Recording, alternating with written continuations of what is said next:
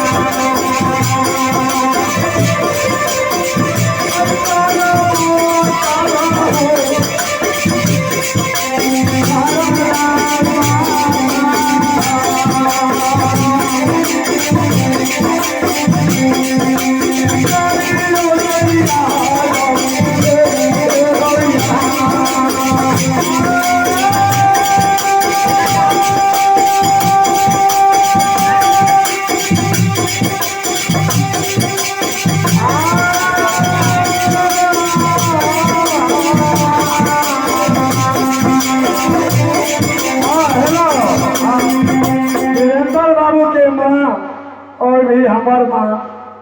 वो माँ के चरणों में प्रणाम करते माता का की आशीर्वाद देवे वो माता से आशीर्वाद लेने से या तो दुनिया में हर चीज मिलते मगर माता कभी नहीं ककरे मिल सके। और माँ के चरणों में करे प्रणाम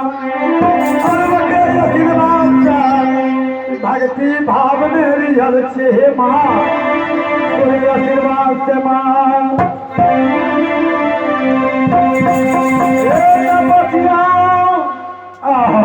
शिव बाबा के भोला बाबा के मंदिर निर्माण क्या दिलियो कंपनी गाय से हो निर्माण क्या दिलियो बाबा हे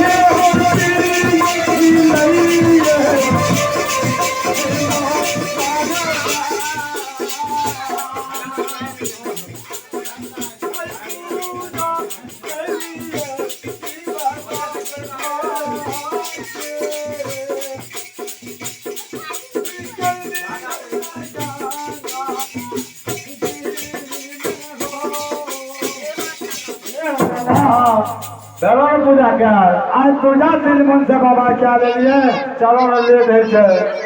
और ठीक से बाबा हाँ ऐ गंगा जी में जे पार है बाबा हाँ भरल गंगा में पार नहीं है बा तब क्या ना है भाव अगर जब बाबा हमारा पैर भीज गया लौट कर चल जब बहाना किया करे छो के चाहता सीता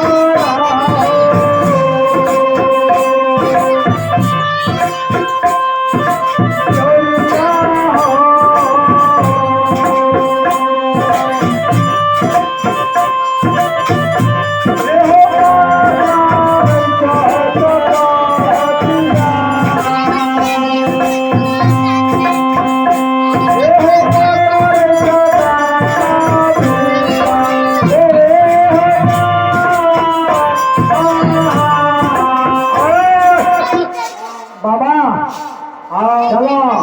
आगा चला निकलो बाबा आगा मत हामी देबो हाँ हाँ